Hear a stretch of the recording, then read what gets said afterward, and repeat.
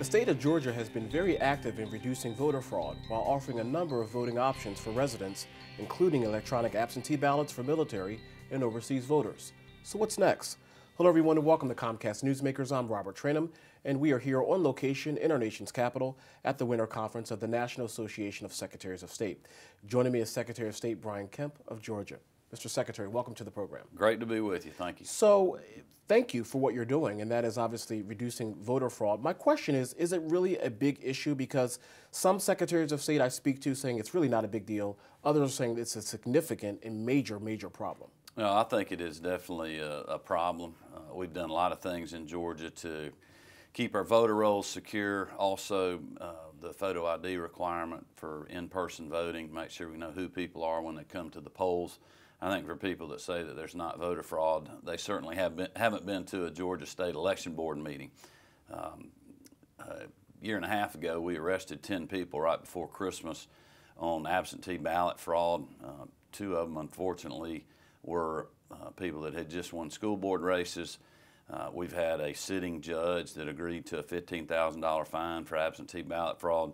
So we know it's out there, it's unfortunate, but we tried to use technology to help even keep our elections more secure. What type of technology do you use specifically? Well, we have a Stop Voter Fraud website, so any Georgian can send us an email.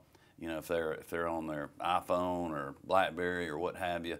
We also have a 1-800 hotline number. We've actually got a police force in the Secretary of State's office that handles election law violations, and so if people report those instances, we'll go out and check into that, and we take voter fraud very seriously. So let's say hypothetically we know that Election Day is going to be on Tuesday, November 7th. Right. Do you have to register to vote 2 months out, 2 weeks out? What is the process? About 30 days is the end of, before each election is the end of the voter registration deadline. It gives us time to make sure that we can check everybody out before we put them on the voter roll to make sure that they're eligible. And when you go to that precinct, do you have to show a photo ID or a passport? Photo ID, there's several, you can go to our website, there's a long list of photo IDs, you know, military ID, driver's license. We issue a free state ID card for anyone that doesn't have a photo ID, so they'll have one, you know, tribunal cards, passport, those type picture official IDs. And what if I'm an expat, or perhaps I'm in the military, I'm overseas, and I missed that opportunity, that 30-day window? Am I still able to vote or no? No, you got to be registered to vote to be eligible. So if you're overseas, you need to be on the rolls at the proper time. But we were one of the first states in the country to use the electronic ballot delivery system.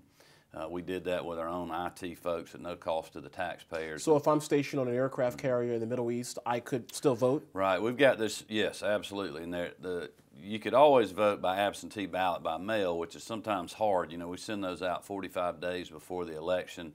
You know, trying to mail them over to the Middle East, get them to a ship, have them voted, and then get them back is the problem. So the electronic delivery cuts that process in half. We now have, through our My Voter page, which is another website we have, where we can actually, if you request an electronic ballot, we'll send you an email when it's ready. You hit the link on the email, takes you to our My Voter page. The overseas voter fills their information in. It'll pull up their ballot. It prints out with the UACAVA watermark on the ballot. They fill that out, and then all they got to do is mail it back. So, and you cannot photocopy that. In other words, that is tamper-proof. Right, tamper-proof. We know who it is. You know, if we get more than one coming in, that'll raise a red flag.